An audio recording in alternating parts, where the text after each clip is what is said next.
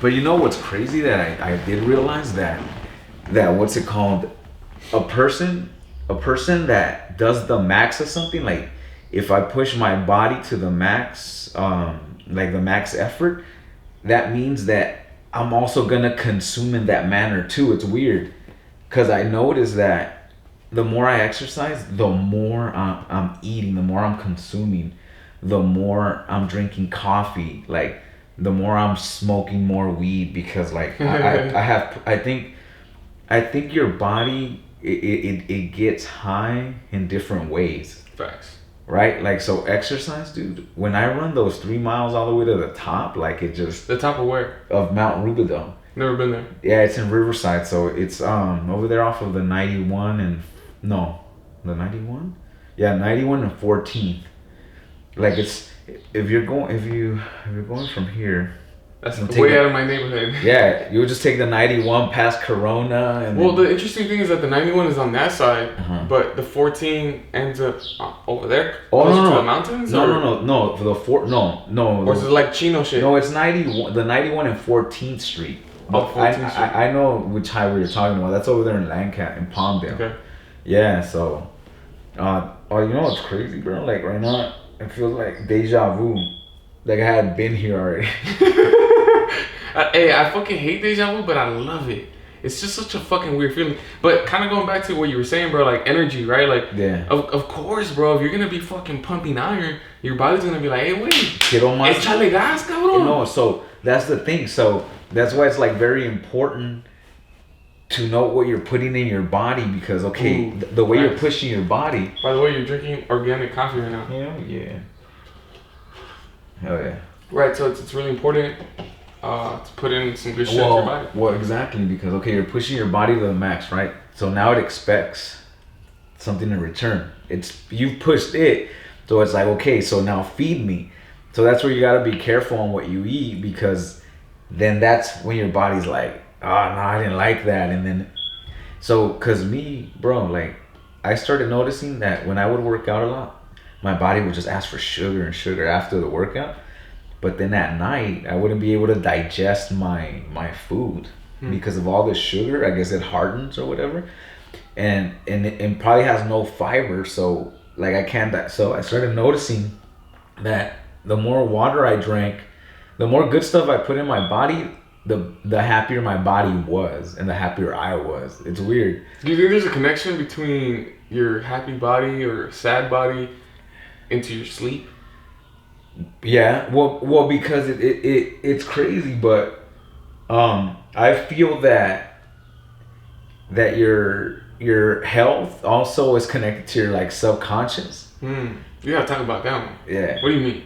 Like for example, like there's been times where I'm like I like to sleep on my stomach, right? And then in the dream, like I'm dreaming like I'm like on my stomach, but like it's weird. Okay. So it's like sometimes I think the stuff you eat also alters what you dream.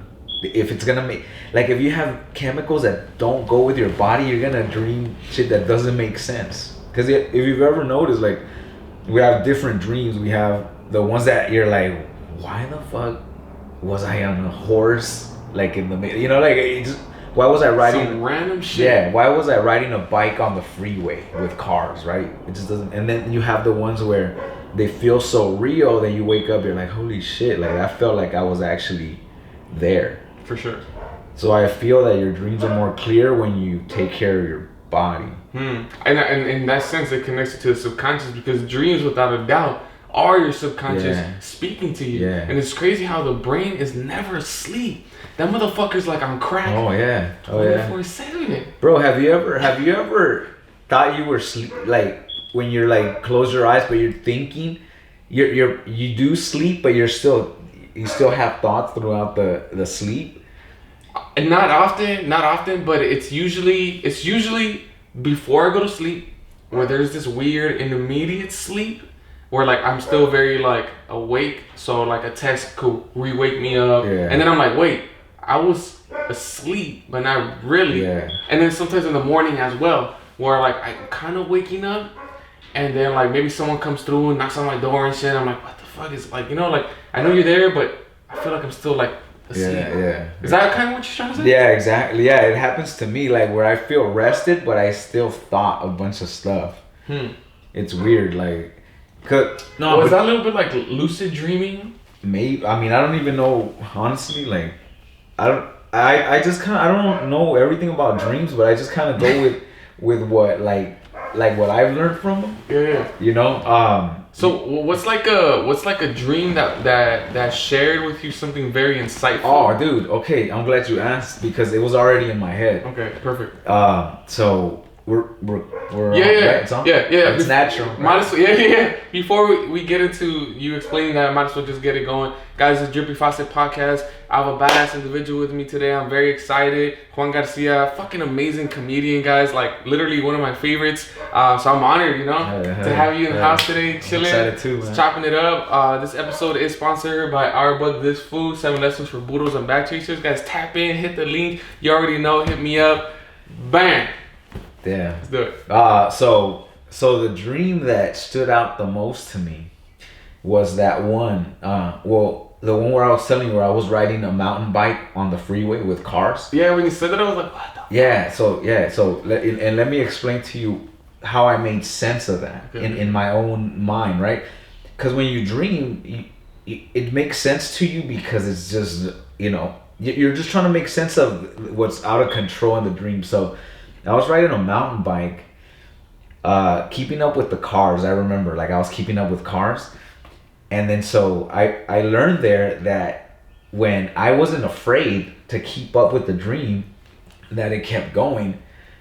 But as soon as I realized that I didn't have my glasses on in the dream, I woke up. And why? Because I was afraid. So then that taught me that in life, you have a dream, obviously, right? It's so deep that you're not waking up from this one until you're gone, right? So I feel that the same way that a dream keeps going when you're enjoying it and when you're asleep is the same way your life is. So you have you know what I'm saying? Nah, I get what you're saying. Like the dream keeps going when you're not fearful or when you're not afraid. I mean, but as soon as you're afraid, right, you pause and you're like, what? Right, you freeze. So then the dream stops until you're no longer afraid. It's weird. So is it like saying like fear is death? Not that fear is death. Like fear paralyzes you. Stops you from moving. And I'm going to trip you out with this one. Dude, you seen the movie Apocalypto, right? Fuck yeah. Okay, so remember when the dad tells him fear is a sickness? Remember that?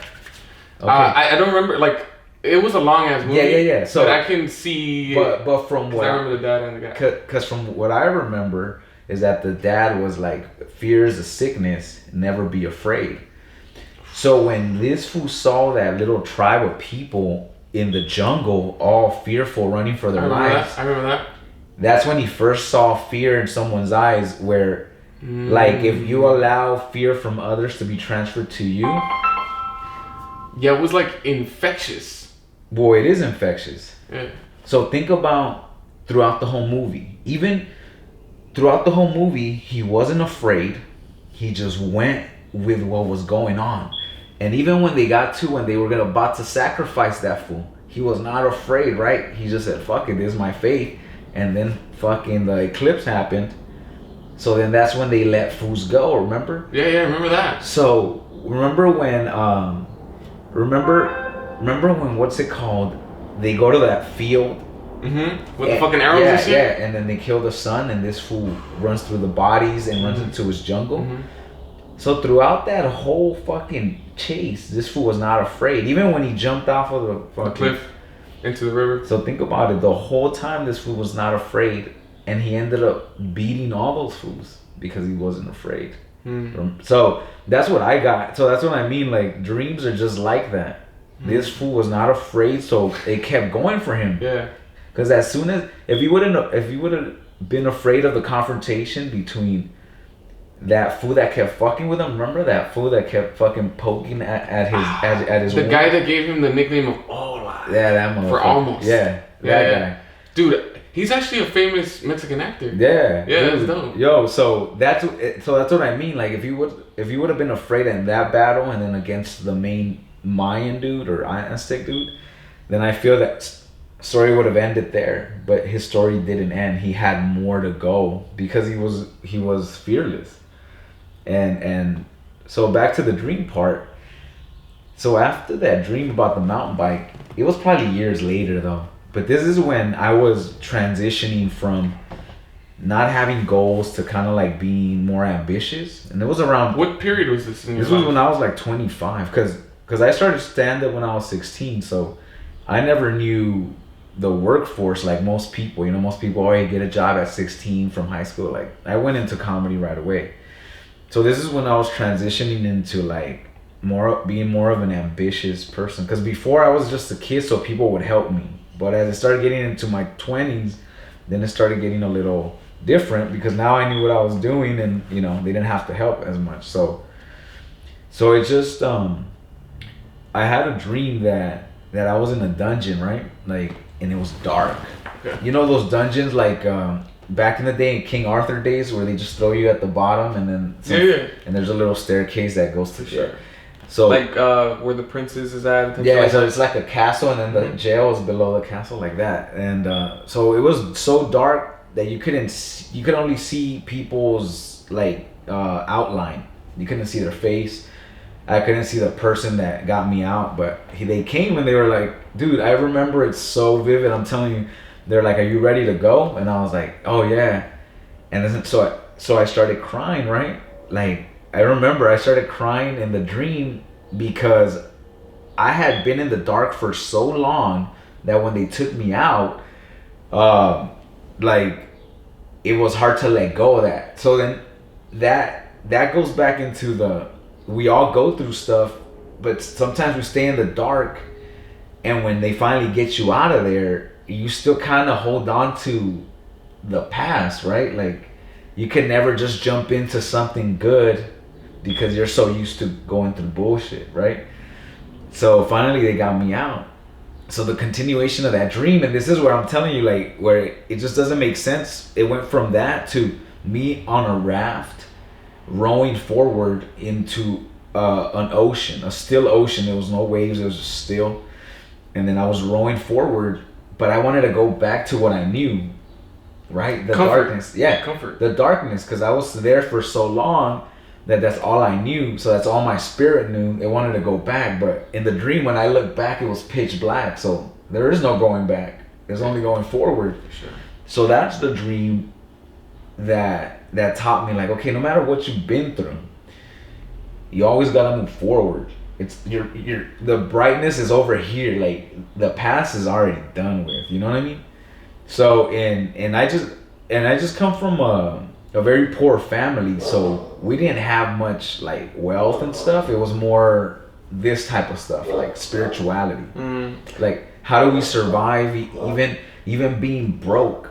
Like how do we survive? We don't know. There's like a higher power. So I always felt that's the reason why, like, I've been able to survive even through all the odds that I've faced. Like I've been able to find myself again. You know what I mean? And and along that way, I also meet other people with similar stories, or just like or just their own struggle. That it just kind of either I've been through what they're going through already, or vice versa, where I meet them and I share my story, and they're like, "Oh no, dude, this is what happened." You know what I mean? And that's how it goes, dude. It's just it's weird, but life just. Everything's gonna be okay. That's what I learned, you know? No matter if you worry, if you stress, it does not matter. Everything will be okay. And that's the thing, bro, like that people don't get that. People stress out, but everything's gonna be okay in the long run. I think it's because we get consumed with the darkness. And in that transitional phase of having to make a choice, because you made a choice subconsciously to get in that raft. Yeah. You didn't want to. Like your physical body was like, nah, fool, I'd rather stay here just kicking it. Yeah. But this is where my people are, like that. You get pushed regardless. Yeah. It could have been the family. It could have been the spirituality that they taught you, because spirituality is metaphysical, right? Which means that it's more connected to the subconscious than the conscious, because our conscious is this, but the subconscious is hidden, but it's more connected to the metaphysical. So in that dream, it makes so much sense that our ancestors are guiding us, and they're letting us know, like, look, brother, like, you went through some shit already, and you're still gonna go through some more shit, but you gotta just keep it stepping. Keep growing. Yeah, and then finally, I get to an island, and after that, I wake up. But I don't wake up in fear. I wake up in realization, like, oh shit, like I got to an island, and this was years ago, dude. And then based on, I mean, there's still a lot that I went through, not in a bad way, but more of in a learning way. Cause like I said, at 16, I didn't have guidance. Like, my parents weren't there at comedy shows with me. I was with the fucking comedians, like motherfuckers doing drugs. Savage asses. Yeah, dude. Like, most comedians just wanted to get some or whatever. And see, and me, back when I started, I was more of a, like, I was that young kid, like, man, it's all about comedy, and let's write and be creative. But then the lifestyle of being a comedian too, the drugs, like the girls. I mean, I saw that, bro. That's why I'm not a drinker. Besides my dad drinking a lot, I got to see all of that, and how, like, comedians, like, would ruin their families, bro. Like, oh, dude, like, stuff like that. You know what I mean? Getting caught up. Like, see, people think comedy is just like in laughter and stuff. Nah, dude. Like, you meet crazy people, crazy women, and that's the thing that, like, wait, crazy comedian women or crazy women in general? Well, because when you're up on stage, and this is going back to where I started at. Like, I was in a toxic environment, but I didn't come from a toxic family. Yeah, dysfunctional maybe, but like I said, my brother, my cousins, they all went to USC. Like, it was just, I chose stand-up comedy as a kid, not knowing that I was gonna go up against all this shit, and that's the thing. Like, I wasn't raised by my parents at 16. I was raised by these comedians, so that's what I got to see. Like, oh, these guys just want to get some. Hey, these guys want to do drugs. These guys want to stay up all night. And some dudes were actually about the business. There was those comedians that were like, nah, I'll do my gig. Let me get paid. Let me get out. And those are the guys that are still successful. You know what I mean? And then you do have the dudes that were destructive and got their break or whatever. But then it only goes so far because they spent most of their time trying to get some. You know what I'm saying? Like, it's not sustainable. It's not a sustainable lifestyle. If you're hella destructive, you're not building a foundation that's healthy. And it's only people that build healthy foundations that can build and build and build and still be solid. Yeah, and that's the thing for me, that back then I didn't even have an idea of what I wanted to do. I just jumped into comedy and said, hey, let this take me somewhere, and it did. It did, but then it also brought good and bad stuff.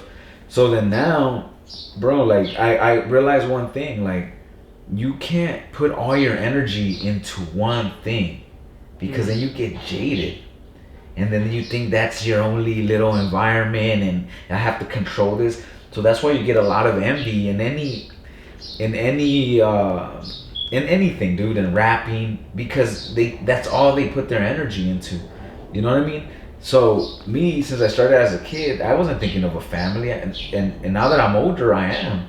So that's the thing, that I put my energy so much into that I started becoming bitter about it, and I wouldn't enjoy it anymore. And it wasn't until I got a day job and I started getting a little more money where I was like, you know what? I have money. Let me just go perform for the love of it, because I already have money. Because think about it. If you're a comedian and you only make money doing comedy, and then gigs don't show up, what's gonna happen? You get pissed. Exactly. You're gonna be bitter. So that's how I was. I was like, oh, dude, I'm not getting gigs. And then one month I would get gigs, and then the next you wouldn't. I learned not to live like that, because that's, like you said, it's not sustainable. Like, my mom let me stay with her, yeah, bro. But then you know, then things started popping up. Like I would meet girls, and then I'd be like, oh, I can't bring you over. Mm-hmm. You know what I mean? Like it's annoying. Exactly. So that's my point, that I needed to learn to create a sustainable life for me, because I always felt that, because I was kind of like, and the reason I feel that I was kind of like still at my mom's house is because of the fact of when my parents got divorced, they sent me to Mexico from 8 to 12. So I feel that those years that I missed, I kind of still had to like kind of bond with my mom. You know what I mean? It was like a subconscious thing. I didn't know that, you know, because to me it happened when I was young. So as an adult, I started feeling like, you know, I needed to be close to my mom, because I guess I missed those years with her. Mm-hmm. And then finally, like, bro, like all I was doing was comedy and nothing was coming. I was broke. I didn't have nothing. And then finally I just got a job, and like I said, it just started changing. I started getting a little more money. Then, you know, I met a girl. I started dating her, and then I started to see like, damn, it takes more. It takes more to manage this relationship. It takes more to manage, you know, a car. So it's almost like I did comedy to a certain point to where I went broke, and then I was forced to evolve into the guy like, let me go make money elsewhere, which helped me because now I have experience in a workplace, because all I knew was comedy since I was 16. And so that's the thing, that when I started working, it was frustrating because I didn't have that work ethic. I was just the kid like, oh, this is Juan, like he's gonna open up, he's funny, right? And you get paid, and I just sit there and I wouldn't work. So then when I started working, I started realizing that your work ethic, no matter what job you're in, if you're lazy here, you're gonna be lazy here. And not just at a job. If you're lazy at any job, you're gonna be lazy at your dream. Right? Like, and it's the same thing, bro. The same way that I'm great at comedy, I'm great at other stuff too. Like, your energy transitions into anything, so you're pretty much in control of everything as long as you know you're great. Like, man, and right now, bro, look, I'm getting like I don't know why I'm thinking of Kobe, but think about that. Like, this fool was just great. It wasn't that he was all great. around. He wasn't great at just at basketball. This fool was great. That was his energy. For sure. So my point is that I think that that's what this society tries to control about you.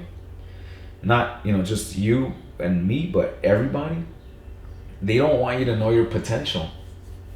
And for us Latinos, we're kind of held back because our parents make us feel guilty, like that, no, ese no es trabajo, ese no es sueño, or whatever, right? Mm-hmm. But let me tell you, dude, like my brothers and sisters, they went that route, like the scholar route. Mm-hmm. And I went through the rougher road where, yeah, I got money fast, but it was also very you think it was a little bit more transformational? I tell people, it's like I went to college, I went to a university, but I learned it differently. I learned rejection. I learned to read energies. I learned to read crowds. You know, like all of that stuff. I learned to speak. I learned to communicate. I learned how to deal with silent moments, because that's what a lot of performers go bad at, because their silent moments, they get scared of, right? Mm-hmm. But instead I said, you know what? Fuck it. I'm not gonna be like, I'm gonna create lines that make people laugh in those dead moments. Like, yeah. Because it's all part of the show. Remember, like a performance, as soon as I'm afraid, that's when it stops. Mm. But as I fearless, like, fuck it. Yeah, it went wrong, but here I am still. Like, so my point being is that it didn't matter if I stayed with, like, whether they sent me to Mexico or they kept me here. I feel that the fact that they sent me to Mexico made me a free spirit because I didn't have parental guidance over there either. I never, honestly, bro, like, it never felt like I had parental guidance at all. Like, I was just my mom's son, and yes, she loved me, and yes, she did take care of me. I ain't gonna lie, she was a good mom, but I felt like I was always like, oh yeah, you know, you're free to do what you want, but then you're also gonna face the consequences. Yeah. Because you know what I've heard, bro? I've heard something really interesting about that. Very wealthy people, they raise their children in that way. Because what happens is that transitions into their adult life, because they were always independent thinkers, doing shit on their own. Dude. On the contrary, when you have a parent that fucking tells you what to do from the minute you wake up to the minute that you go to sleep, that also transitions into your adult life where you're kind of looking for someone to tell you what to do. And if you're gonna be like free, independent, doing your own thing in this life, you have to be able to think for yourself. Look, man, yeah, dude. Let me tell you, man. I play a lot of basketball, and I'm the shortest guy out there, so I always had odds against me. Sure. Since, dude, I started playing basketball at Venice Beach when I was like maybe like 22. And you know how much disrespect I went through to finally get to the point where they're like, oh, what's up, chicken? Because that's what they call me at Venice Beach. What is the meaning behind that? So I used to play at this park in Los Nietos over there in Santa Fe Springs. And some guy named Chris is like, oh, hey, this guy looks like Chicken Little, like the little character. Because I had glasses and I had the little widow's peak or whatever. Nice. They're like, oh, Chicken Little. And then everybody started laughing and they're like, oh. So when I would write my name, Chicken Little, right, it kind of stuck. So at Venice Beach, there used to be this old man, his name is Milt. He lives in Florida now. That fool's like, he was probably like in his late 70s and he was still playing with us. Wow. Milt, he was from Jersey. Hey, could he move? He could move. But he wasn't like... 70-year-old moving. He stayed out there. Let's just say that. Like, which is still impressive. Yeah. Like, he could stay out there with some 20-year-olds. Yeah, and he would catch a pass. Sheesh. No, but I mean, everybody respected Milt because he had been playing for years there. So Milt was from... This is a side story. Milt was from Jersey. And then I get there early and he was in charge of the list. Like, he had the list for full court. But this fool taught me one thing. He was from Jersey, and he goes, chicken, I know. He's like, I know you're not a pushover, but if someone ever messes with you, this is what you do. He goes, you put your mouth as far as you can over here, like this. He goes, put your mouth all the way down here, and then you tell him, go fuck yourself. Fool, I couldn't stop laughing for days. And I was like, oh shit! I thought he was gonna teach me like a fucking move, but this was just like, go fuck yourself. And then so anyway, back to the story. So on the list, like, you would write your name. So it was like, let's say Roger, Greg, and then I wrote Juan. You know, my real name. Sure. So when I came back to claim my game, the dudes were like, oh nah, man. They're like, we didn't take the name Juan serious. Like, so we crossed you out a long time ago. And then I was like, fuck. So I didn't get to play, right? That was my first fucking disappointment. I was taking my shoes off. They all started laughing and shit. And then the next time, which was probably like a few weeks later, I wrote my name, right? And then I wrote Chicken Little this time. And I went to go shoot around. But instead of me going to claim my game like before, they came looking for me. And some guy, his name was Boogie, and he's like, hey, he's like, hey, anybody knows who Chicken Little is? And then I was like, oh, that's me. And then he just looks at me and he's like, man, come on. He's like, you got next. And then I was like, oh, hell yeah, right? So that's how it started. So that's how the name Chicken Little stayed at Venice. So then gradually, like, I started playing full court, but they would never pass me the ball. So back to adapting to shit that happens, right? So playing at Venice Beach, I learned like, okay, I'm playing with a team that doesn't share the fucking ball. Yet they expect me to fucking give them the ball when I touch the ball, right? So I was like, I don't like playing like that. But the only way they're gonna let me play is that way, right? So I started thinking like, yo, what can I do to make this game fun for me? Since the people, because I was always smart, you know. I was always like, oh, you know, I'll pick up all the good guys, like, you know, even though people would ask me, I'd be like, nah, I'm waiting, and then they would run with me. But like I said, they only ran with me because I picked them up, not because they respected me. So I was like, how can I make this fun where I could play too, right? Sure. Instead of feeling stupid, because sometimes I would invite my girlfriends and then fucking... You're just running around and yeah, shit. exactly. So, right? So finally I was like, you know what? I'm going to go start grabbing fucking rebounds. Because most motherfuckers are lazy. Okay. So, like you said, like that taught me, like, go do what other motherfuckers aren't doing. And you'll stand out, I promise you. I started getting rebounds. I started playing defense. I started getting steals. I started setting screens. I was like, let me make this fucking game fun for me. So then as I started doing that, it started creating like a team mentality. Like, look, I'm here for my fucking team. If you motherfuckers want to act stupid, I'm still here for my team, right? So then they started adapting to me, fool. Like, oh, fucking screen, boom. Oh, good screen. Oh, a fucking steal, hey, here. Like, I got a steal here. Go take that shit. Fucking. Oh fuck, dude. One time I was playing with them, and then I had probably like 5 rebounds already, and some dudes from the sideline, some black dudes, like, man, how come the smallest motherfucker out there getting all the rebounds? And then I heard that, I was like, oh, you know. So that's the thing, dude. That you're right. Like, even though I was put in an isolated, like in a foreign country, which eventually I started adapting to it. You know, I still had my issues though. Like, I cried. Like, I got very depressed as an 8-year-old the first year because they took me away from everything I knew. Just the same way they took me away from fucking the dungeon, right? So when I got to Mexico, dude, all I would do was be sad. Like, I want to go to LA.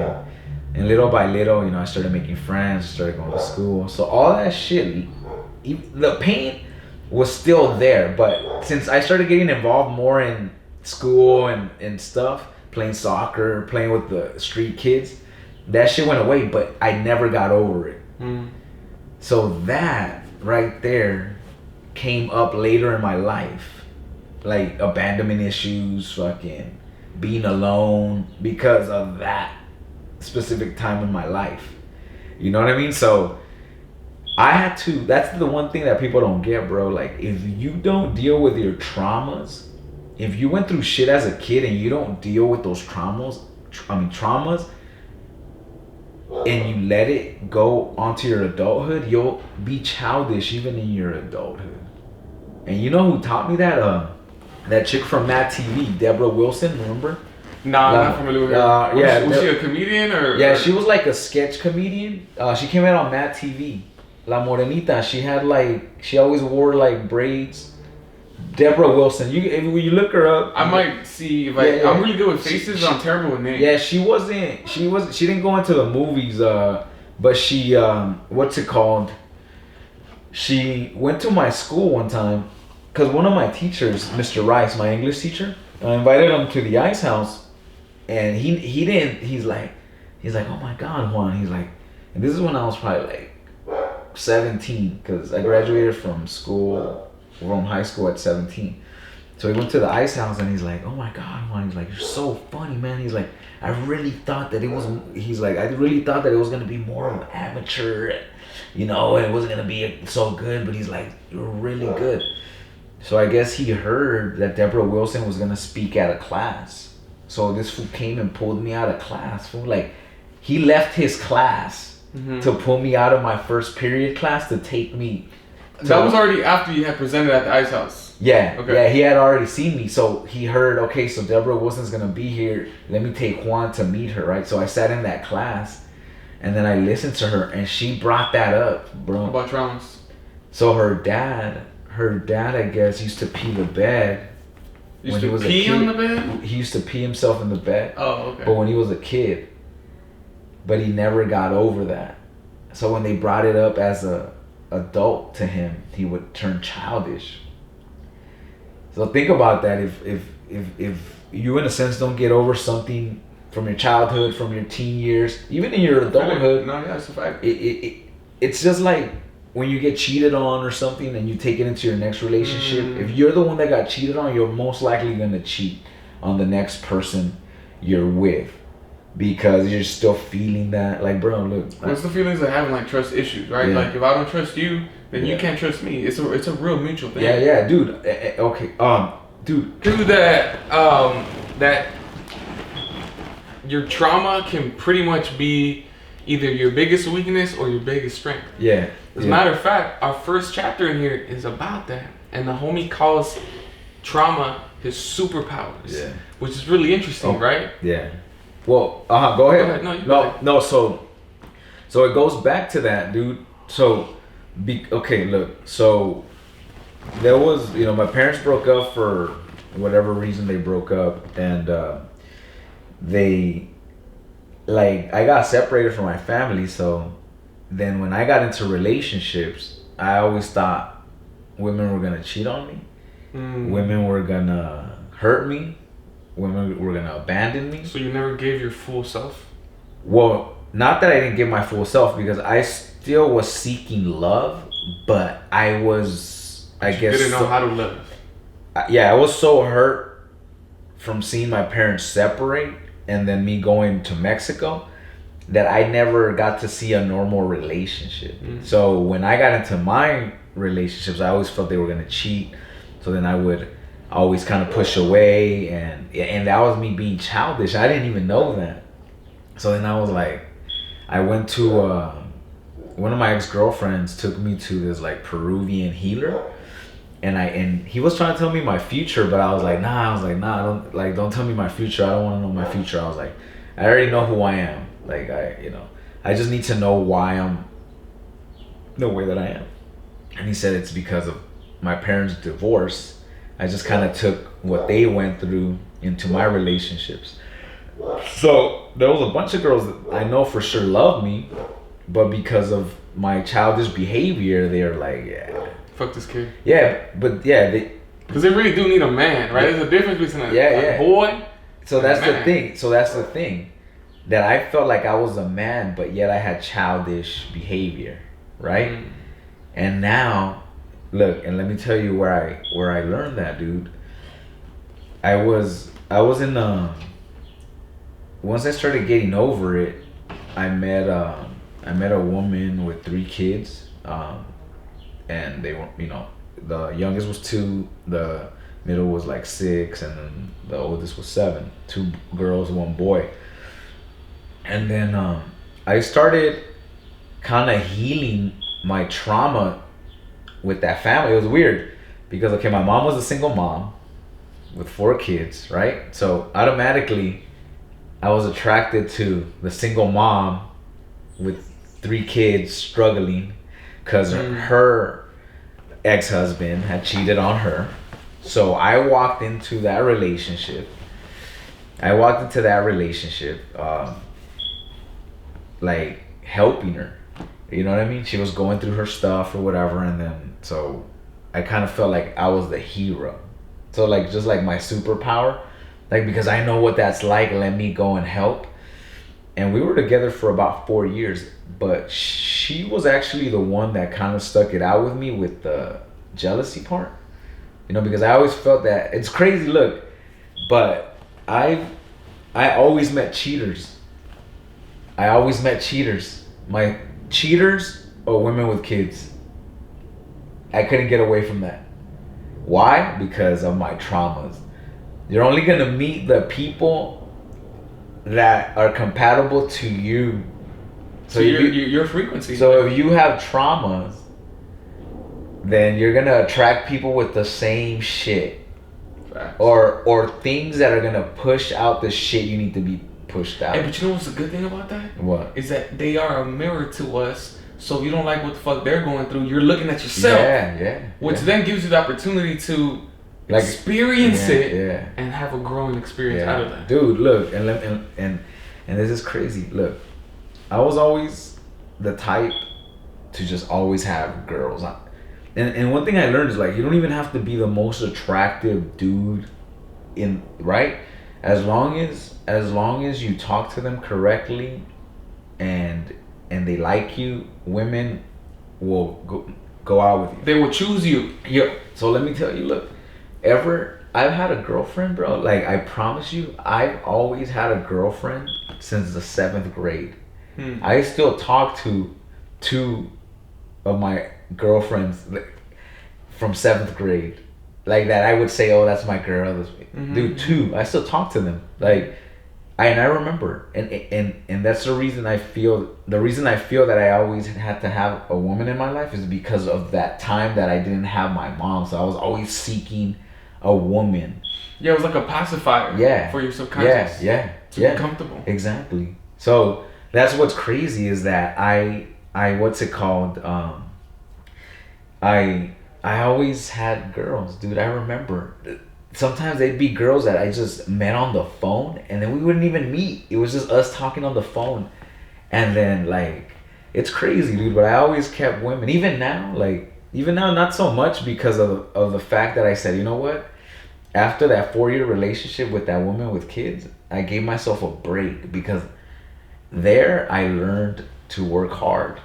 Because it wasn't just me like right now, right? It was her managing our relationship, then her kids, and then the youngest daughter. You know what? Here's something funny. That the youngest daughter in that relationship looks so much like me. Wow. Exactly like me. Like where I took a picture with her when we first started dating. We went to this museum right there in Santa Ana. It's like a science museum off of the 5. And it has like that big block. I don't know if you've seen it. Oh yeah, actually. We went there and then so I took a picture with me and the little girl and then my family starts texting me. Why does that little girl look so much like you? You didn't tell me? us that you had a kid. Yo, my brother got mad. Fool. That fool got mad. He's like, that's fucked up. You didn't let us know. That's not good. That's all not grown cool. and shit. Yeah, that's like, not bitch, cool. you really didn't want to hit it from your ass? Yeah, exactly. So then it started. So anyway, so that little girl, well, all of them, you know, but they were different ages. Like, so that little girl, bro, and those kids taught me love within myself that I had never felt. And I think it was because of the fact that our dad never said it was gonna be okay. Like, hey, come here, like, let me console you. It was always like, fuck, we gotta deal with these strong ass emotions as a kid, and then like, and still try to be a kid. So, that kid, me quitó all of that from like, it just went away. Like, fuck all that. Like, this is the pure heart now. Like, this is what I have to take care of. So, and it's crazy. Look, the woman's son, that fool wanted to be a comedian. Like, he did his talent show and he did stand-up comedy, and I wrote the jokes for him. Ooh, and he was getting applause breaks. Yeah, like, you know, I'd be like, oh, what do you call, like, simple stuff, like, not like what I write, right? Like, I was like, what do you call a bee that plays basketball?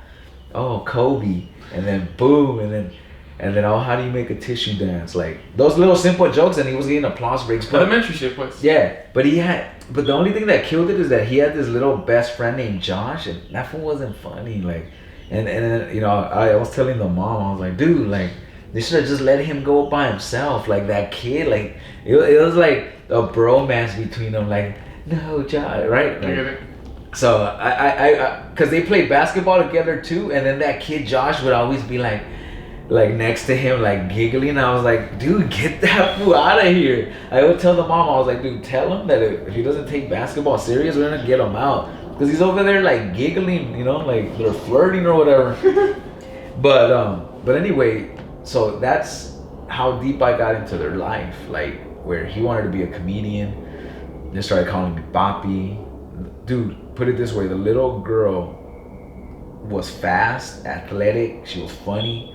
She would watch The Sopranos with me and tell me, "Oh, hey, oh," she's like, "Juanito, how come? I thought Tony." She's like, "Tony Soprano's." She was like 6. She's like, how come? I thought Tony Soprano's uncle went to jail." And I was like, I looked at her like that blew my mind, dude. At 6 years old, she knew like Understands the what's going episode. on. So we had gotten to that point of bonding with the kid. So that's where I learned.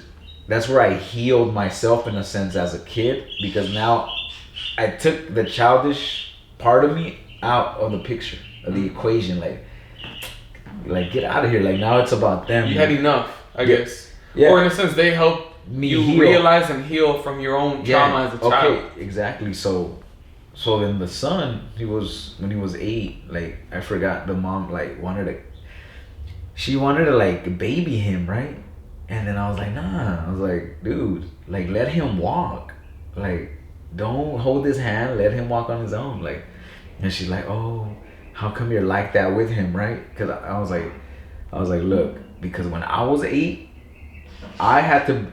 It's not his fault, but what I mean is, when I was 8, I was treating it like that. When I was 8, I was dealing with the separation from my family. Like, so I never felt that babying was gonna help him, right? Just the same way they didn't baby me, and not that I needed to be baby, but I felt that if we kind of skipped the babying part, he would get the lesson quicker. Versus like, oh, come here, right? I get what you're saying. I get what you're saying. Like on the low. It's necessary. Affection is necessary. Yeah. Love, affection, peace, like all these different things are very, very necessary. I remember reading this book by Victor Señor. This was the first like Chicano writer to get like a Pulitzer in America. Yeah. The name of the book was called Burro Genius. But basically, this fool grew up and he was dyslexic. He had dyslexia his whole life. So in school, I swear all the teachers made him believe that he was a fucking moron. He was a moron, especially growing up in the 60s. Yeah. When basically if you had some sort of like mental illness, you were just if you stupid stuttered moron. just because. Yeah. Yeah. Nowadays there's so many resources you can actually help these kids be moderately successful. But anyways, the point is that the father was telling the mother about him, and she was like, when a boy is born from 0 to 7, you raise him like a girl with so much love and everything, right? Yeah. But after that, you gotta start being a little bit more, reminding them of real life. Yeah, yeah. And so that kind of just reminds me of that moment where she's babying him, but he's kind of 8 already. Yeah. And it doesn't mean just fucking throw him into the wolves, you know what I'm saying? Like the Spartans used to do with their kids. Yeah. But maybe reduce a little bit of that and gradually let them on. No, yeah. To be their I mean, and that's the thing, that I felt like I came into those kids' lives because the dad started the dad cheated and went with someone else, right? So they were going through that transition, like, oh my dad has another family. So when I met the 2-year-old, I felt that I came into her life for 4 years to fill her with love during those hard times, because I felt that she was the one that suffered the most because the other 2 had their dad longer. She was only like 2 years old when they divorced, right? So then I took all of the love that came out of me and poured it into her, poured it into all of them, but especially the smaller one. Recognize that she needed the most. Because I read some shit about like when you kiss like toddlers, like you release that chemical in good the brain. stuff in the brain. Yeah. So I feel that I came into her life around those moments where she was probably needing it, because there was a time where we were at a parent conference and I was holding her, right, and her dad showed up and she let me go. She got excited to see him, so I put her down and she ran to him. And then I guess that's when I first started dating her, and they had barely divorced, so there's still probably love, jealousy, all sorts of feelings going on. So then he gets mad and he runs off and he just leaves the little girl and she starts crying, and I had to console her. So that's the thing, that in those moments, if I wasn't, for any kid, not just her, if you're in those moments where kids feel, oh, my dad, right? I need that comfort. If she didn't have that, where does her brain go after that? She's gonna go straight to her mom, but then she still does need any Father, kid, yeah. So I grabbed her and then I was like, let's go get nachos, right? And she's crying, and then yeah, little by little, yeah, you know. So that was, honestly, dude, that was the toughest part from leaving that relationship. Not so much leaving the woman, it was more leaving the love for the kids. All the connections. All the connections. I'm telling you, dude. And you know, and that's where I learned, dude. That's where I developed. And it's crazy, but during that time I also started taking acting classes. And as I started, you know, like you said, my traumas are my superpowers. And this is why I bring up the acting. I started taking acting classes, and I was living in Rialto with her. So, and I was working in Covina, and my acting class was in North Hollywood. So you could just imagine, I was like dozing off on Wednesday nights, coming home. Like, dude, I did it though. So the thing is that as I started taking acting classes, me and her started kind of like, it was no longer this. It was detaching? Just like, yeah. Well, because I was growing. So you were healing. I was healing. And no longer needing that comfort. Yeah, because I started to see her becoming more and more disrespectful. To you? To me. Like, she would call me, you know, she would call me a little bitch and all of that. No. So it got to that point, but to her it was normal behavior, fool. Like, so I was like, also straight up just toxic shit, but normalizing it. Yeah, it was almost like, oh yeah, that's how I was raised. And I was like, no. I was like, nah. Like, so long story short, me and her started kind of breaking apart. And so then my teacher, what she taught me in acting class was that, you know how sometimes we live with emotions where we're like, why did I go through that? I don't understand. And right? And you start blaming everything in the whole world and shit. What do I do with this feeling, right? So she taught me, she's like, well, not me, the whole class. She's like, look, your emotional experience, no matter what you've been through, are your tools to play this character that I'm giving you. And that's when it made sense to me. I was like, fuck. So everything I ever went through was for me to put it into this script, put it into my comedy. So my emotions is what kind of leads my script. Not just as an actor, but when I leave here, like, I leave proud. Like I'm very proud that I'm from LA. Like, I'm very proud that I know all the neighborhoods. Everywhere I go, I know where I'm at.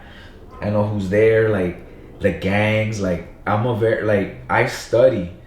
So that's who I am, and that's exactly my script.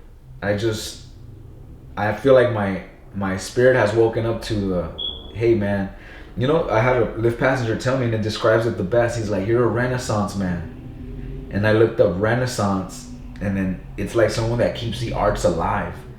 You know what I mean? And that's the thing, dude, that I gave my all to that. Remember when I was telling you about that, putting your energy into only one thing? Mm-hmm. So I gave my all to that family as much as I could, bro. And still was pursuing my thing, but that was lacking. Why? Because I was giving it to someone. I was giving it to those kids. It was mostly more for them.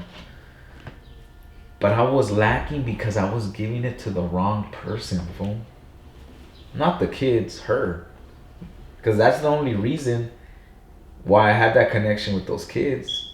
It wasn't like, if I wasn't with her, I don't think I wouldn't. Even though she wanted me to be around them, I was like, I don't want to be around you. Because in the end, bro, like, she was dating other fools, like, while I was helping her. So it was like, that's where I was like, you know what? I'm done, dude. And she tried to come back. And so sometimes even your old lifestyle tries to come back and get you, but you gotta be like, fuck no, you did me wrong. Even if it's not a person, just the fact that you were in the wrong position, fuck no, never want to feel that shit again.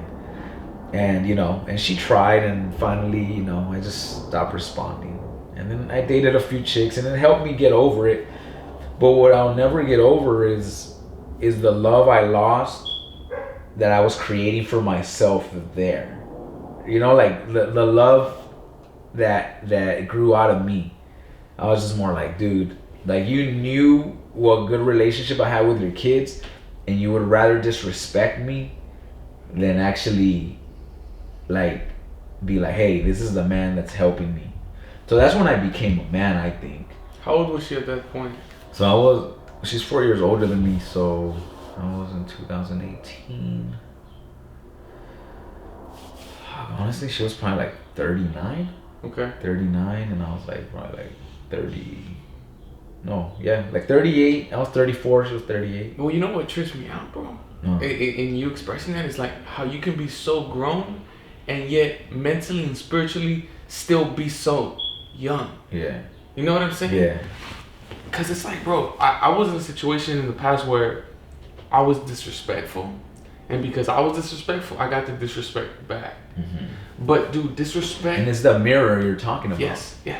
But disrespect fucking murders love immediately. Yeah. Immediately. Like, I remember this one time, bro. We went to go get some dinner. And I don't remember what happened. She pissed me off. And I look back on this and I'm very upset that I even did this. But I in the restaurant, I said, fuck you. Oh my God, I feel like shit even saying that. Yeah. But that's hella disrespectful. But the point is that moving forward, we disrespected each other back and forward, and I don't really accept that behavior in my life anymore. Yeah. Like, the only people that disrespect me in a funny way is my homies, bro. Yeah. But that's because we go back to high school, and we just clown. There's a difference between clowning and like outright despicable disrespect. Like going under your skin, like stuff. Yes. And like thinking about that, bro, it's just like, of course, man, at the moment when you start disrespecting me, you're not someone who I want to spend my time with. Dude, my time, bro, is so fucking precious. Yeah. Like, if it wasn't for my day job taking up my time, like, I'd basically be free as fuck. You gotta take that? Nah. I'm good.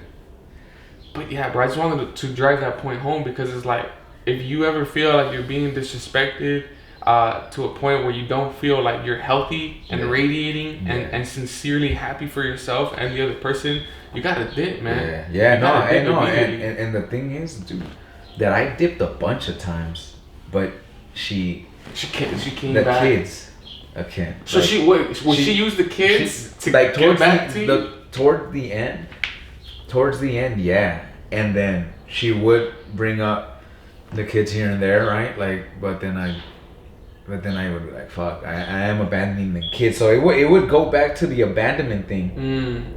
But they had their father. That's the one thing that I never thought of. I was like, tienen a su papá, güey. Like, so I'm like, finally, when I realized they do have their dad, so their dad will explain to them. I understand that yes, we created a bond, but when they get older, they're not gonna be loyal to me. So I feel like I filled in a void until they understood what was going on between their parents. I get it. And I think that was my lesson from God, bro. Like, hey, become a man. Now you're taking care of people outside of yourself. Be a man. Worry about them. So then, when we broke up, I just gave myself a break. Like, I was like, nah, I put in a lot of work for her. Not that I'm bitter. Like, I'll get in a relationship, but now I'm going to take it slow. I'm not going to just jump into someone that just got divorced. That was my mistake. Jumping into something with someone who just got hurt. You think it just went away? No. And then I'm over here being jealous because I see them arguing still. It's not going to help. And I don't feel that was disrespectful. I just feel that I just jumped into something so fast that my first reaction was like, nah, I don't want to be with this. So I dipped out a bunch of times. But then, obviously I still had the... But that's part of the same pain, bro. Like, because if you didn't have that, what do people call it? Trauma bonding. Yeah. You know what I'm saying? Yeah. You're bonding through the bullshit. So you're not fully healed. So you can't just drive away and never look back. Yeah. if there's still that it's spilling. If there's still that flavor at the bottom, it's like, no, dude. but I want to taste this at the same time. Trip out on, okay, look, what's gonna be crazy, and this is how my life has always been. Spontaneous stuff that always, like, the truth. Like, God exposes the truth, bro. Look. So I started noticing a change in her, like, behavior towards me. Like, there was no more love. They wouldn't kiss you. Like, she wouldn't kiss me the same anymore. Kind of like the cold shoulder. Kind of like the kiss in the mouth, but right here. Oh. And then I was like, oh, there's something going on, right? So then it's crazy that a girl that I used to go to high school with, she hit me up out of nowhere. We used to like each other in high school, and she's like, hey, I want to hang out. So I think it's weird, but life. They'll always be there. Yeah, no. So it's almost like life sent me someone to rescue your ass. To rescue me and to make it not hurt as much with what she told me later. Watch. So I started hanging out with that chick, and we always laugh, bro. Like, dude. Like, good energy, yeah, good vibes. Yeah. So, like, me and her, obviously we were attracted to each other, so, we went the whole way and whatever. Makes it easier. So, we still talk now, we're always cool. But later on, once I finally moved on, where I was no longer attached to the trauma bonding, and I think she still was. She was texting me like, oh, who do you work with? Do you work with girls? And, like, asking me about, like, if I was being with other people, right? I was like, nah. I told her, nah, you know what? I just stay single. I don't need to be in a relationship. So she texts back, like, she's like, oh, me too. I dated, but nah. And then I was like, oh, you dated? And she's like, oh yeah, I have to confess to you that when we were kind of still living together, I got on Bumble. And this is what's crazy, bro. She's like, and I met a guy named Russ. And I was like, Russ, okay. I was like, I know a Russ. And then if it's the guy that I think, this fool, he tried to do stand-up too, but it didn't pan out, whatever. So I guess she met that fool, and they were talking shit about me. I know they were, because she was like, oh, he used to talk shit about you, so, but whatever he says that I said, don't listen to him, he's just twisting. Yeah, all right, bitch. I was like, you were just talking shit to me a week ago that I wasn't a man and all this shit, and then now you're telling me that you would never talk shit about me? Facts. So then anyway, too inconsistent. So the dude ended up knowing me, bro. Yeah. And I knew him. So out of all the people she met, like out of all the people she could have met on Bumble, the dude knew me. Yeah. We did a comedy show together. So karma. You're like, I'm fucking funnier though. Yeah, dude. So karma for that ass. Like, the whole time I was working. Well, that's my point. Like, I learned, long story short, I learned to work hard. Even when the people you're next to don't want the best for you, as long as you work hard for you will strive. You will find your way, bro. Trust me. And that's what going. But they slow you down though. Well, that's what I'm saying. It's like an anchor, dog. Bro. I was dragging, like, it was so much resistance, but I was still making it happen. And I see what you're saying. And I think the fact that she saw me struggling, but yet I still made it happen. And even with her words, you're not a man, you're not a father, I was like, fuck you. That was my superpower, fool.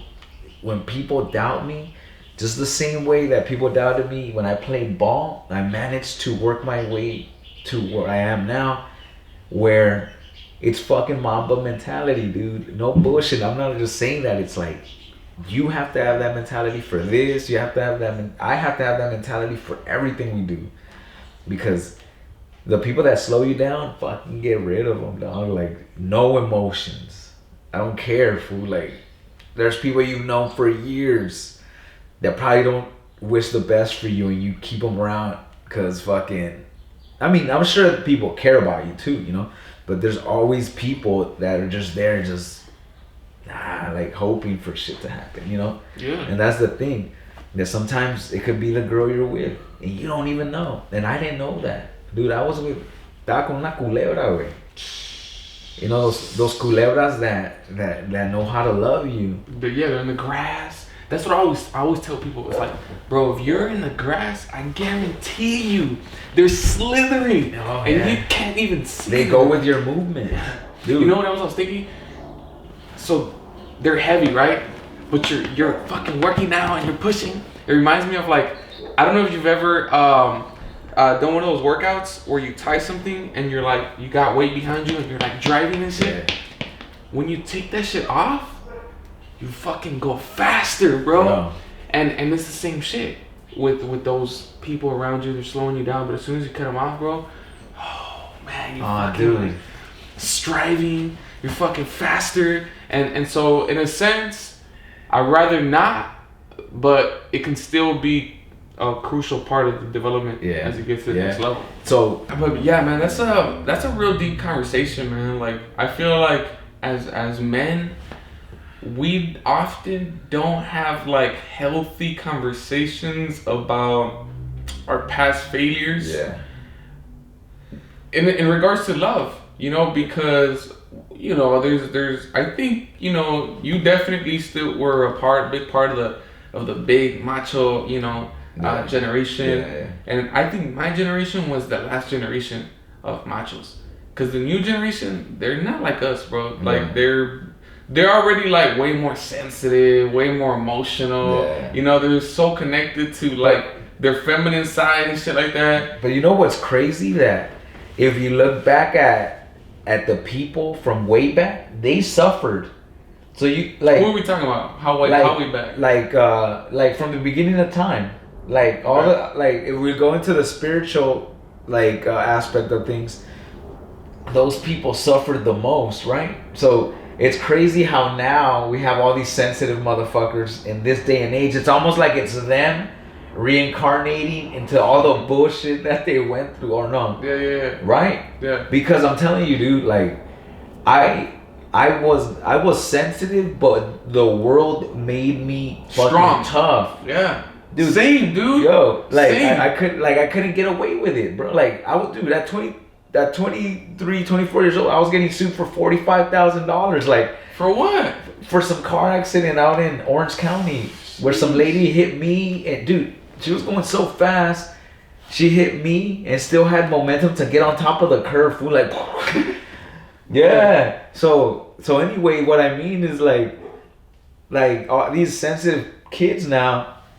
It's almost like genetics, fool. Like it's weird, but with us, it wasn't like that. I mean, think about the kids whose parents die in Brazil, and then they have to go wander the streets with their little brothers, and they find what to eat until finally, boom, boom, boom, boom, they get the hang of shit. You know what I mean? Yeah. And I think it for us, it's not so much survival because our parents do care, but we have to get past those emotional barriers that they've created for themselves. Our parents, I mean, that they've created for themselves that kind of are passed down to us. Think about it, bro. Like we are fucking emotional, an emotional race. No doubt.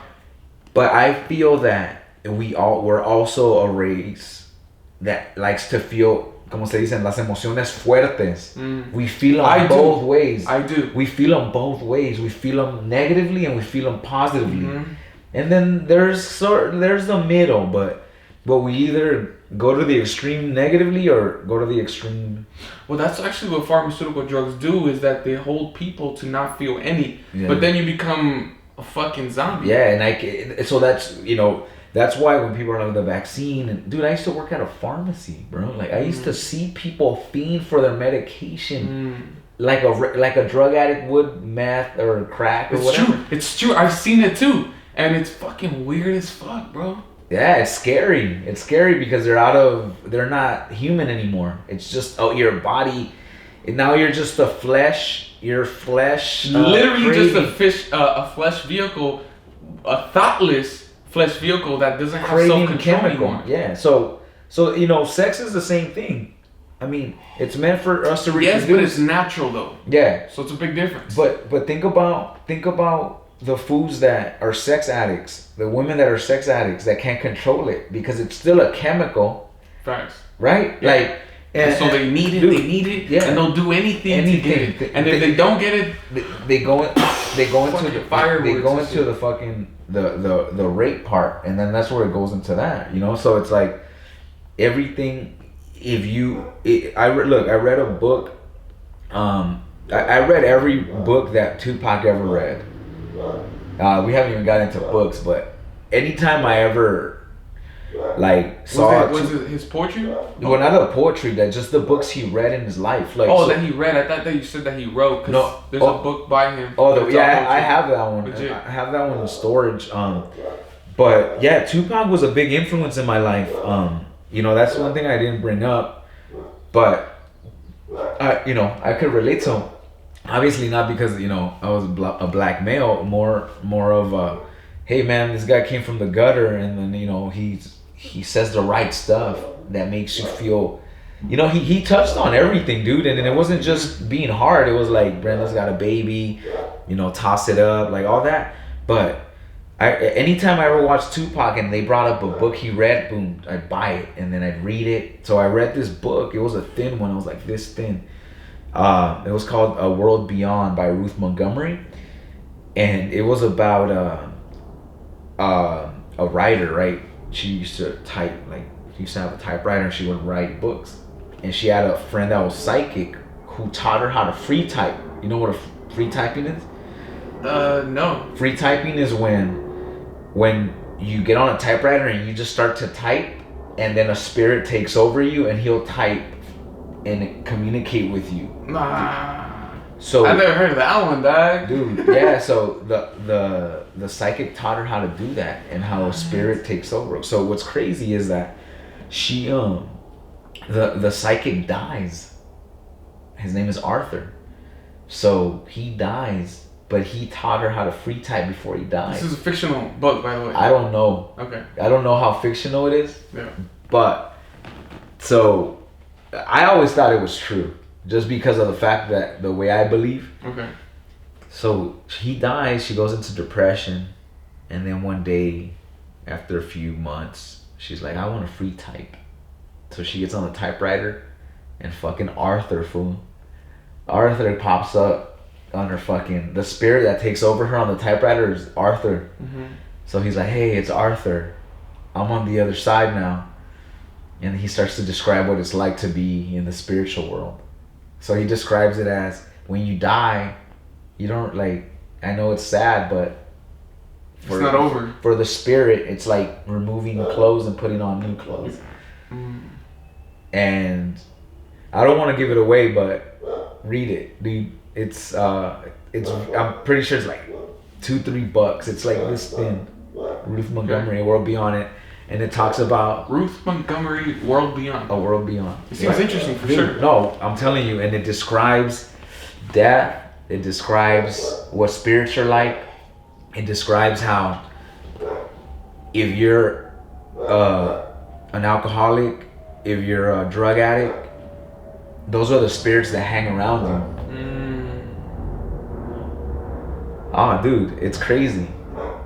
Well, I even regardless of the validity of it or not, I tend to believe, I'm more on that side of belief too. Yeah. So if I apply that idea into my own life, it's like, if I'm happy, if I'm outgoing, if I'm loving, if I'm appreciative, if I am grateful, those are also the energies and spirits that are walking alongside me. Yeah. And dude. Yeah. No, and that's the thing that there's another book called The Mastery of Love. My mom gave it to me. I read it. You read it? I read it. So by Miguel Ruiz. Yeah. So think about what he talks about. That one fucking hit me hard. Everything you do, you master. So if dreams, right? Everything you do, you master. So if you, like you said, I'm loving. You start mastering love, but then you also you could also master bad habits. You could also master bad emotions. So that's what I'm saying. Like, we have to go with las emociones fuertes, but the right ones. Instead of being hateful, right? Because hate, like, easily poison your love. Oh, dude, you're well. Yo, you know what I'm saying? Now that I used to be a road rage guy. Like, as nice as I look, same as fuck. Road rage. Well, I would catch up to motherfuckers. Like, I don't know why. And then now that I'm healed, or whatever you want to call it, I don't do that no more. I'm like, man, fuck him, bro. Like, I'm gonna, unless he keeps doing it, then okay. But that's because it's a natural human thing to like, you either to be shiver in fear, and I think it's just a warrior. Like, we're warriors. So if you keep, some of us don't like to attack, but yeah, once you fuck, yeah, I didn't know that about myself. Like, I was always like, I don't want confrontation, but then there was a point where they were just like, and then I was just like, man, like, it's in me. Yeah. But I don't like to destroy. I like to love. I always tell people, anger destroys, love builds. But love will also knock you the fuck out. Like, meaning, like, the righteous anger. Like, well, I'm a good person. Like, this is righteous anger, and I'm gonna defend myself. So I always feel that the good warriors always know the difference between a dumbass battle that you don't have to fight versus the one where you're like, where you should fight. Fuck this fool. He's pushing it, and if you don't do nothing, well, not just a dude, I'm saying like any situation, like, fuck this dude. If I don't put a stop to it now, then it's gonna continue to happen. And think about it. It's like it's the law of nature. If someone tries to fuck with you and it goes back to the fear, then they know they have that button to press. But when you're gonna be the bitch. Yeah, they're gonna know the button to press to fuck with you. And that's the thing that, dude, I read The Art of War, and it just teaches you to, and it goes back, The Art of War goes back to my acting class, where the teacher just told me, be the observer, never label things, just be the observer. Like, and I do that all the time for where, like, that silence, this silence right here, like, where you hear everything now. So she taught us to do that. Silence your mind, because everything will make sense when it's coming to you. Because when you're talking to yourself about labeling, think about it. When you meet a chick and you don't label shit, you guys just have fun, right? But as soon as you're like, oh, that's the girl I'm dating. Oh, okay, so now you have to act according to the dating label, and that's what I mean. So she just taught us no labels. Just silence your mind, and that's who you really are. She goes, when you're at peace, that's who you are. And just like right now that it's silent like that, doesn't that feel peaceful? Like, and she taught us that, like, silence your mind. When they're talking too much in your head, stand back as a person and say, okay, why is this upsetting me? Why am I feeling this way? Really answer that. It's not you're going crazy. Sometimes you have to step back from the voices you created in your head. We have voices from motherfuckers, from our parents to our friends to fucking haters, all those voices in our head. But you know what? It's not even their voice. It's you just sounding it off to their voice, because it's coming out of you. Remember, in Mastery of Love, nothing comes out of me. You create the shit within yourself. So it's like when someone road rages me, the only reason that I'm gonna go road rage back is because I created it within myself. But if I was like, yeah, fuck him, and I don't create that, then he's the only dumb fuck over there with that emotion, destroying his own peace. Yeah. You know what the homie taught me? The homie Arthur, another Arthur. That's funny, huh? He's like, you know what? Ever since I started letting people in, they stopped cutting me off. And then I was like, yeah, bro. Listen, yo, I'm not trying to be, no pun intended. Karma, fool. That shit in traffic, karma is real. I always let people in. And then there's times where, like, I get on the wrong lane, but it's an intersection with a lot of people. And then people always be like, go ahead. Always. But when I was a piece of shit, dude, then I would get that shit back. And then I was like, nah, I'm gonna let people in. Sometimes, bro, I'm telling you, sometimes you let people in And then later on, you get a lane open just for you, bro. Like, I believe even the simplest shit like that, you know. Yeah. But yeah, dude. Yeah, everything we shared, it's been pretty much a development into the person that I am right now. You know, where, you know, for most people, in 2020 was a rough year. For me, it was a good year. I found a job. You know, even when I lost my job, I kept doing Lyft, and even now I'm doing Lyft, and I'm surviving. You know what I'm saying? And you know, I got a tax return back, so I was like, dude, this whole time I had been thinking that I couldn't do it while I was doing it. So you see what I'm saying? You can still do it even though you're telling yourself you can't. But if you just change the I can't to I can, it's like it's that resistance. Now it's not a person. Now it's just us. So ultimately, you start removing the motherfuckers that don't matter. And then once you remove the motherfuckers that aren't feeding you the bullshit, then you have to, it's almost like you work on you. You're removing parts of you that you don't need anymore. Kind of like shedding skin. So that childish kid that I was when I was 8, that fool's no longer there. He'll only be there if I ever meet a kid that has had the same experience as me. But only to fix him, not to reconnect with my childhood traumas, because those shits are gone. Ya maté esa madre, güey. Like, so you have to almost kill the emotions. Like in that book, when it tells you the only way to clean a wound is to go in there and clean it. You can't just patch it up. Because all the filth is still in there and it's going to continue to spread. So that's the thing, that once you start to do that to yourself, then that same thing that your homie, like, oh, dude, I started letting people in and no one cuts me. Like, that was his own realization. You're going to realize it differently than me. Like, dude. And the point is that this past year, I started running that trail I'm telling you about. And in the beginning, like, right? And then little by little, every week, like, okay, I'm getting farther. Okay, I'm getting to this rock. Boom. And then it was my thoughts. Dude, I promise you, no lie, bro.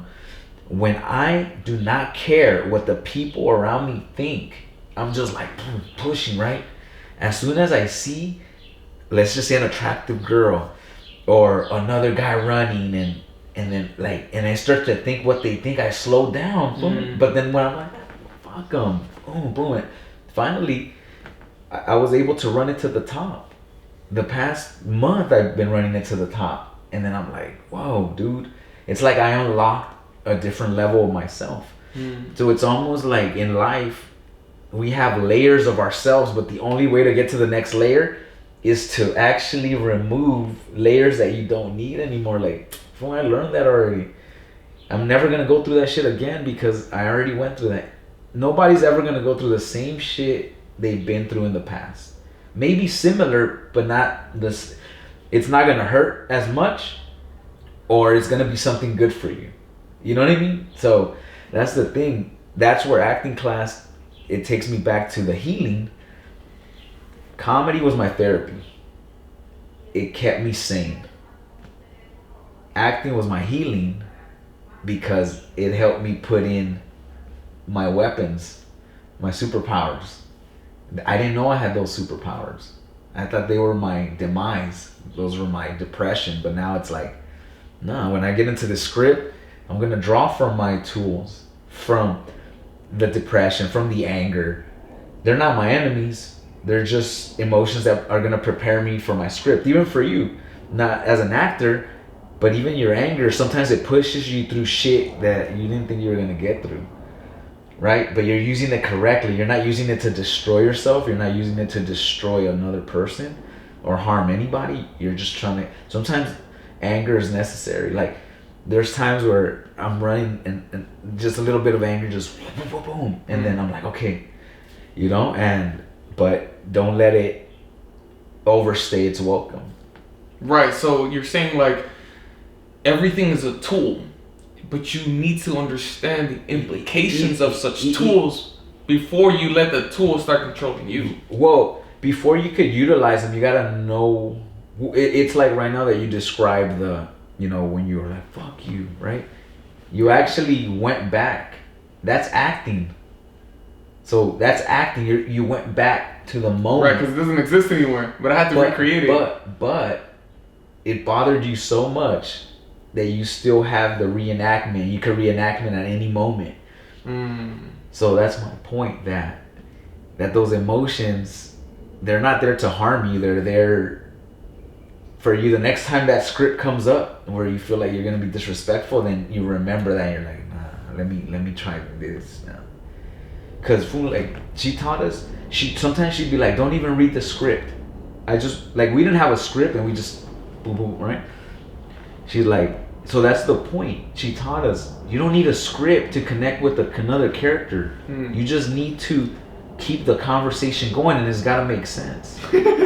Yeah. And that's all. That's and dude, and that's where I stood out with these Hollywood actors. I grew up in South Central. We grew up in Norwalk, saying like in the hood. But because we were raised emotional, and I already had comedy experience, when I got to acting class, yes, they intimidated me in the beginning, because it was like 11-year-old, 12-year-old kids plus adults killing their scenes, and I was just like, yo, I don't belong here, right? But then when I finally went up, and it's the same thing I was just saying, I was doing it while telling myself I couldn't do it. And when the teacher gave me feedback, she was like, oh my God, Juan. She's like, it's just natural to you. Like, you just make it happen. So then that I can't do it went away. So then I was at their level, because I was teaching them shit. Fool, like, they're from Hollywood. They were born into acting. I wasn't. I was sent to Mexico and abandoned and shit. And then I come and experience life, and I do scenes with them, and I'm creating stuff they've never seen that I didn't even know I could do. I didn't know I could do that. Fool, there'd be time. Our class would start at 8. We would sometimes finish at midnight or 1 a.m. Oh fuck, bro! Some long ass classes. Yeah, but dude, okay, crazy. You don't want to hear something crazy? She knew Kobe. Fool. She was my acting teacher. Was with Kobe when they had Shaq and Brian Shaw. Like she would follow them in the playoffs, and she met Kobe, and Kobe was afraid of acting, she said. And okay, but let's not make it about Kobe, but the fact that she knew that fool, she treated us how he would treat any basketball player that he played with. She's like, if you show up late to practice, which our class, you won't come back for a month. If you say you're gonna show up and you don't show up, we're gonna not have you in class. If you don't have your scene ready, if you half-ass my class, go sit down, like that. So it kind of made us better actors, bro. Like, it made us, dude, there was this one day where I sucked, fool. I sucked. My scene sucked, where she just sit down, and that shit just burned throughout the whole class. I was angry, fool. Like, I was like, oh, right? I was like fucking pissed. And there was no more time for me to make it up, fool. So I was like, fuck. So I went home, fool, and I studied, and I perfected my script for next week, and I fucking killed it the next week. I killed it, but dude, when you kill a scene, fool, you get high. I would leave that class, I used to live in Torrance at the time, so from North Hollywood to Torrance, I would leave high, fool, like if I had smoked or drank, and it was just the scene, because I had used my emotion. And even when you finish, it's like when you fucking yell at somebody and then you go, because it was just that's what a scene should feel like, she said. When you finish your scene, you should always go, bro, like, I'm telling you, acting just changed the whole way I saw people. We're all writing our own script. We're all writing our own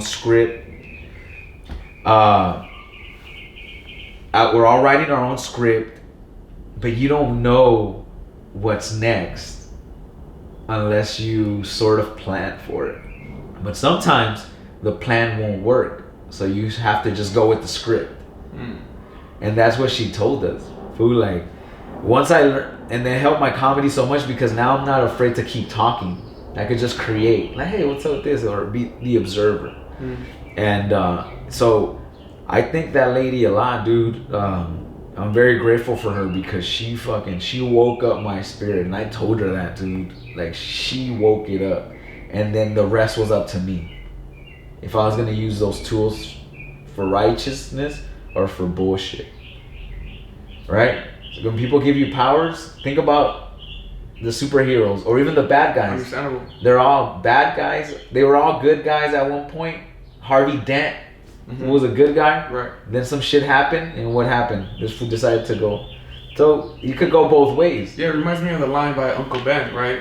To he who is given much power is also given much responsibility. The guy that made the rice? Nah, Nah, just kidding. you know what I'm talking about? Uncle Ben? Uncle Ben from Spider-Man. Oh, I was thinking, damn, that fool was wise too. Made rice and everything. Damn, what did Aunt Jemima say? I want to find out what she said. Nah. But yeah, bro. So, like, to go back to the beginning, like, you know, I always like to go back like that because I always feel like life is a revolving, you know, like when in Street Fighter where there's no time and it's just Infinity? That's life. You just keep fucking each other up forever? Well, life keeps fucking you up forever. It but does. It comes back, but this time you're more prepared the next time around, and then they just keep sending you a little. Are you familiar with the story, with the Greek story of Sisyphus? Sisyphus? Yeah. No. So that's, dude, you know this guy, the guy that has the big fucking stone going up the huge mountain? Yeah. So that's a perpetual struggle. And Albert Camus, are you familiar with this guy? Nah. He's a Algerian philosopher, but he used to write in French because Algeria was colonized by France. Yeah. So in this story, basically, this individual was busting some bullshit. So the Greek gods destined him to a perpetual life of like purgatory. Yes, a purgatory, but his purgatory was to struggle, which is literally the human experience, right? So at the end of the story, Albert says, when he believes he has arrived to his final destination, we must believe that he is for once happy. So that's that moment where we think we arrive, and we breathe, and we're like, fuck yeah. But then we realize that, shit, I gotta keep going. Yeah, there's more bullshit. Yes. Yeah, so that reminded me exactly of that story. Dude, it never stops. Yeah, we just keep going. But we must imagine ourselves happy for a second. No, look, it's true. But you have to enjoy yourself even in that struggle. Because I think that's where you crack the matrix, but not everyone can crack that. Well, code. because of their traumas, which doesn't look. There was this Indian dude that told me that his grandfather had given him a bag. Let's just say they give him this bag, right? And it's already full of stuff. But the grandfather goes, well, if you want other thumbs, I can't even talk anymore. If you want other things to come in, you have to remove things that are already in there. For sure. So the only way for something new to come in is if you take something else that, even though you like it, you have to get it out. It doesn't have to be a relationship. It could be fucking a job. Food, because I was working 9 to 5 and I was fine with that. But then I started to realize that, look, it's crazy, bro, talking about spirituality. I used to work with this little old Jewish man named Jeff, and he had, I don't know what disease it was, but he would always like, it wasn't schizophrenia, but he would be mean. He'd be really nice in moments, and then he'd be like... Bipolar disorder. Yeah, I think so. And he'd be like, I'd be like, oh, Jeff, I'm a comedian. Oh, why are you gonna do that? You're not even funny. And yeah, get to fucking work, guys. Like, he was a fucking dickhead, right? But he was also nice. He'd bring us shit. And then out of nowhere, he was like, he was mean. He was mean, and then out of nowhere, he's like, Juan, come into my office. Close the door. And I thought he was gonna talk shit. And then he's like, son. He's like, out of nowhere, he's like, son. He's like, you're a comedian. He's like, a place like this, not for you. He's like, go and pursue your dream. he's like, go and pursue your dream, and follow that. He's like, that's what you just deserve. And then he's like, open my door. Now get out, fool. And yeah. And it was weird to me how when he was telling me all that, it was like a soothing voice. Like, go pursue your thing. So it's like life is always gonna tell you where you have to be. It's never gonna lie to you. But how do you tune into the situation where you allow yourself to understand or to listen to that message? When we go back to the shut your mind. Just listen to that bird, fool. Look. That fool's just right. Like, I don't know. You could edit that part, but I'm not. Nah, but no. A funny story, dog. Funny story. Let's go back about 7-8 years.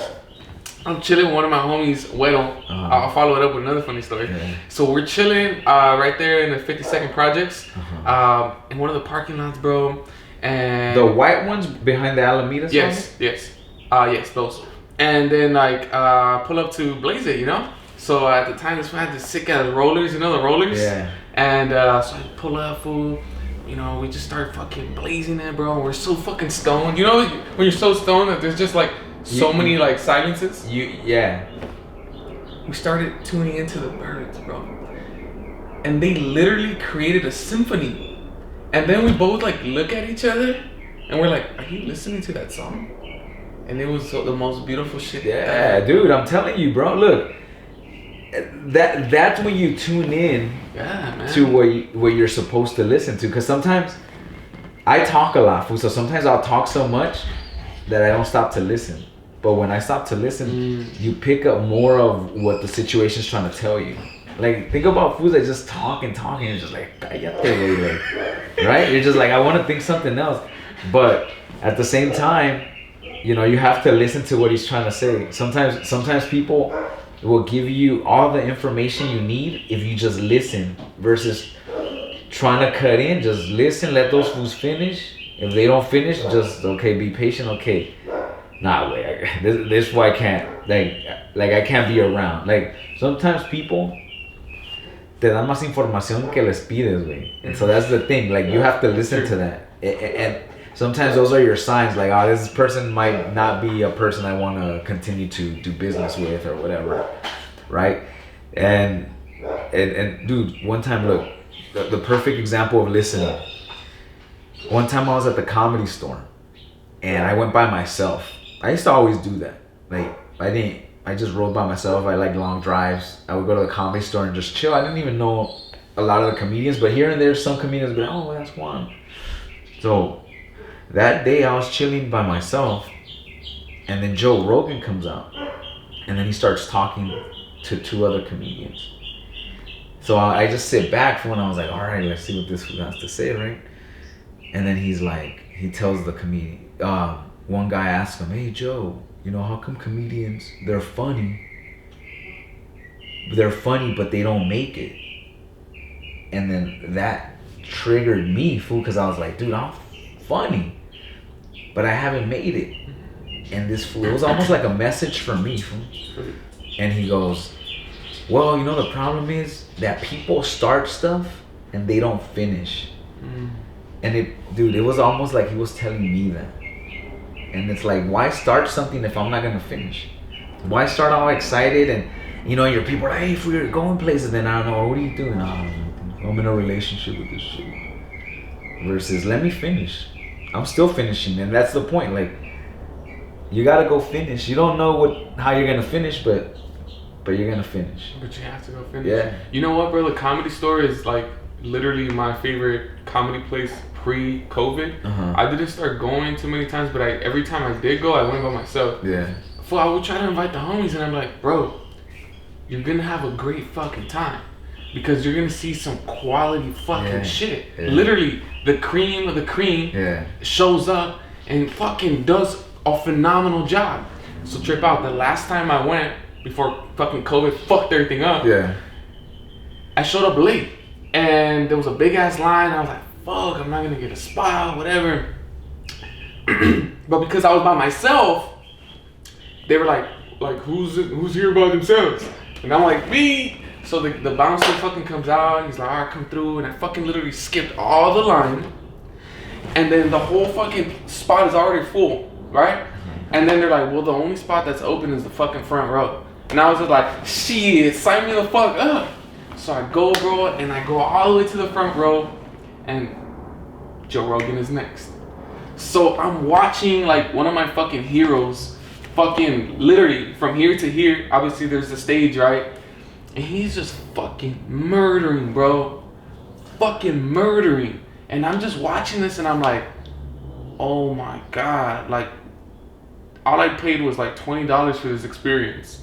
But these $20 I got so much more value. Like, hey, but think about if your homies would have gone, fool, and then you guys would have gotten. So sometimes that dude, see, and that's when you stop to. My intuition in that situation is sometimes you have to do things alone because only God wants you to see that, fool. Okay, I have a comedy store story like that too, fool. I have a lot of crazy stories about shit like that. But one time, so you know how there's there's a couple different rooms. So there's the belly room upstairs, there's the original room, and then there's the main room, right? So the hallway leads to all three. Mm-hmm. So I couldn't get into the main room because it was packed. But then no, I couldn't get into the original room because it was packed. So I went to the main room. Because the waitresses and waiters, there's a sliding door that they go through to take people their food and their drinks. So one of the sliding doors was open and the other one was closed and there was a stool there, fool. So then I go and sit there because Bill Burr's performing. And then a bunch of other other comedians come in. A bunch of other comedians come hang around me and then we're like watching, right? And then the manager comes. And then he's like, hey, I need all you guys to clear this up. Hey, I need all you guys to clear this area up, man. He's like, you guys can't be here. And he looks at me, he's like, you're good. Just stay here. And then, dude, I watched Bill Burr for half an hour. Yeah, but the manager didn't even know me. He's like, no, you're good. Just stay here. Oh, dude. Like, that was like, those are moments that I always felt God was like, yeah, it's like a straight up gift. Yeah, and sometimes those gifts are for you. Only you. Because sometimes the gifts that God gives you, the people that are around you might envy you because they don't understand why you're getting that gift. Because think about it, when you get something good and the real homies are there, for you feel those fools really love the fact that you got that. And other fools aren't like that. Other fools will be like, they won't tell you, but you're just like, congratulations, dog. Secretly, their assholes are puckered up. The only reason the compliment got out because that fool had a gap. We didn't want to give it to you. Like, well, homie's that, dog. Nah. But yeah, bro, it's a trip. Life's a trip, but like we said, it comes like this. So to me, it's like I'm gonna connect with everybody because eventually you never know where that person might be later if you're cool with them. Yeah, you gotta appreciate the full circle of the whole experience, bro. Yeah. The lows, the highs. But being able to see Bill Burr, man, I can't even imagine like how grateful of an experience that would be. Dude. Being in the same space. I mean, obviously he's a fucking genius at the top of the fucking food chain, doing his thing.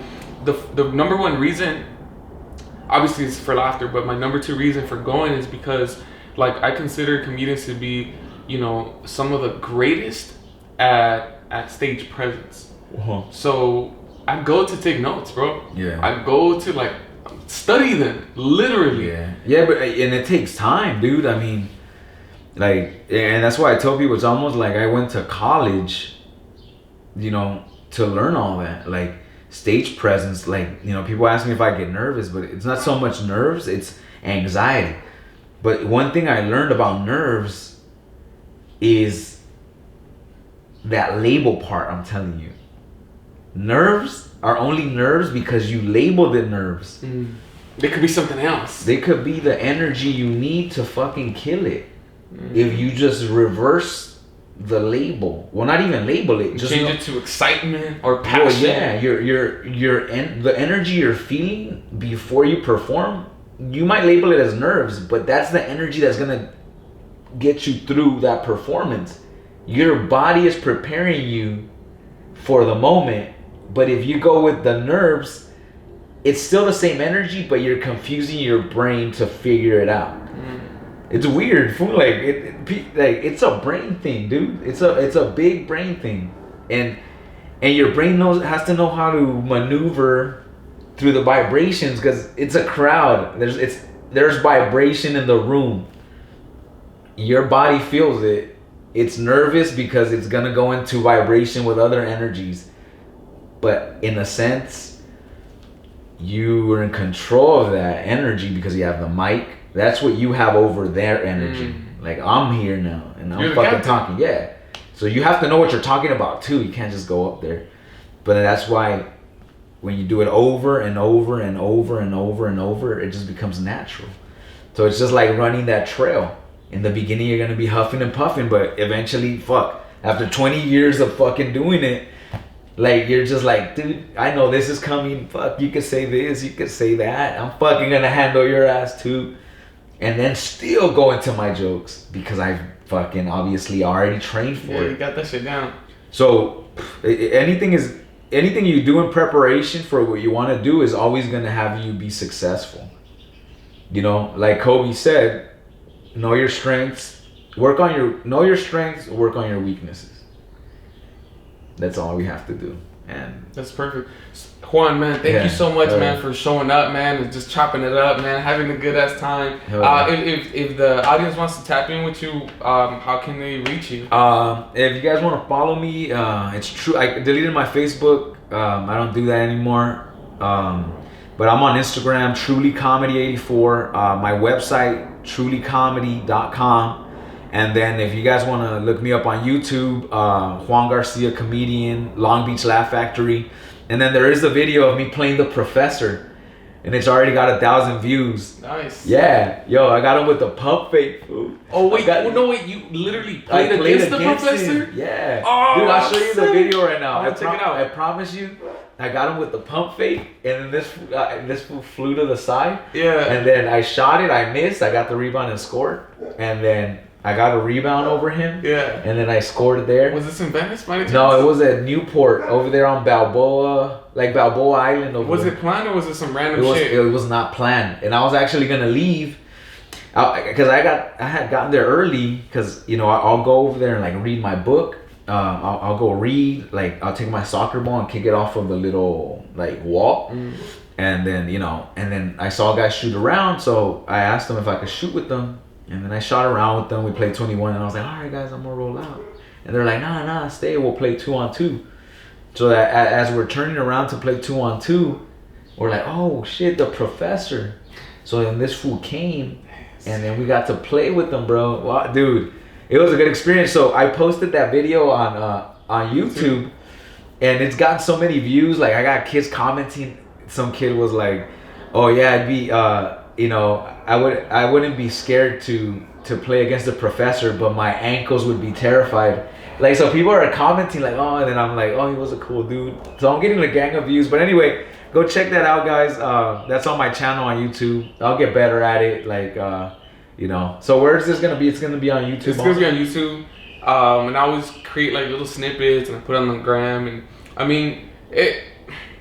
Yeah, you should send me the link and then I'll put it on my website, dude. I mean, like I created my website on Wix.com, so it's free, so it's basic. Yeah. It doesn't matter. I mean, really, if you think about it, you know who taught me this was Gary Vee. He's like, whether you have expensive equipment or not, it's really what you're putting out. It's the quality that matters. Yeah. Of the content. Yeah. It's not the quality of the equipment. It's the quality of. Dude, a lady found me for a gig through my website, and she's like, "Oh, we want someone that's good with teens, and you look like the guy." So yeah, dude, yeah. So 2021 will be the year, guys, where I feel that everybody's gonna come up somehow if you want to. If you want to stay the same, cool. But, 2021 is a year of growth. 2020 was what you really wanted. 2020 vision, as they say. 2021 is, we already know what we want. We see it. Now go get it. But anyway, yeah, man. Thank you for having me. I had a lot of fun. It was very refreshing, by the way, Not a lot of podcasts keep you entertained. Some fools go off subject, but this one we stayed on subject. Yeah. Hell yeah, dude. Nah, man, fuck yeah, thank you. Guys, as always, like, comment, subscribe. This is the motherfucking man right here. Tap in, all that bullshit. I love you guys. I'll see you guys soon. Peace. Thank you, Juan. Yes, sir. Appreciate it, big Hell man. yeah.